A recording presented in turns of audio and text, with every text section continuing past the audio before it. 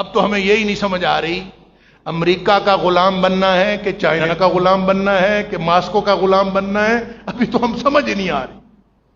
اپنی معاشی تسلط، کس کے معاشی تسلط کے نیچے آنا ہے؟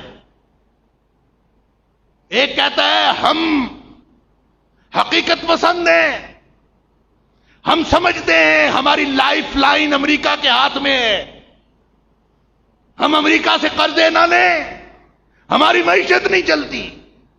دوسرا کہتا ہے نہیں، میں اچھا بھلا ماسکو گیا تھا، ہماری لائف لائن ماسکو کے ہاتھ میں تھی، ہم وہاں سے لے کے آتے، یہاں معاملات ٹھیک ہوتے۔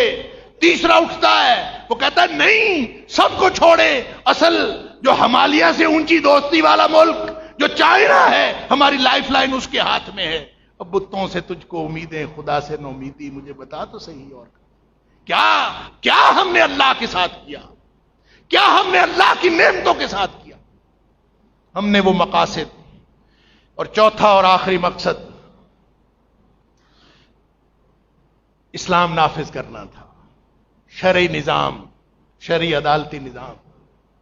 اللہ اکبر، کیا نظام ہم نے یہاں قائم کیا ہے۔ نبی اکرم صلی اللہ علیہ وسلم نے فرمایا تھا پہلی قومیں اسی لیے ہلاک ہوئی ہیں کہ جو بڑا جرم کرتا تھا، ان کا کوئی بڑا جرم کرتا تھا اس کو وہ چھوڑ دیتے تھے، چھوٹا کوئی جرم کرتا تھا اس کو سزا دے دیتے۔ یہ ہمارے پاکستان کے اندر تو یہی کچھ ہو رہا ہے۔ بڑے بڑے جرم کرنے والے، وہ بجائے اس کے کہ ان کے اوپر ریاست کی گرفت ہو، ان کو حکومتی مناصب عطا کیے جاتے ہیں، اور بیچارے چھوٹے چھوٹے جرائم کرنے والے، وہ کوئی ادھر پھنسا پڑا ہے، کوئی ادھر پھنسا پڑا ہے۔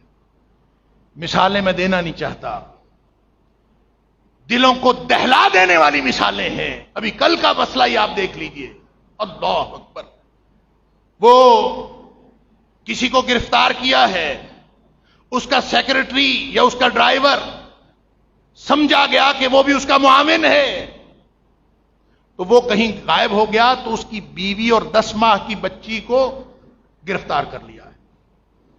اور اسلامی جمہوریہ پاکستان کے آزادی منانے والے باشعور اور غیور عوام، آپ کو مبارک ہو کہ وہ 10 ماہ کی بچی اور اس کی ماں بغیر جرم کے گزشتہ رات انہوں نے تھانے میں گزاری ہے، انہوں نے حوالات کے اندر یہ دن گزارے ہیں، یہ رات گزاری ہے۔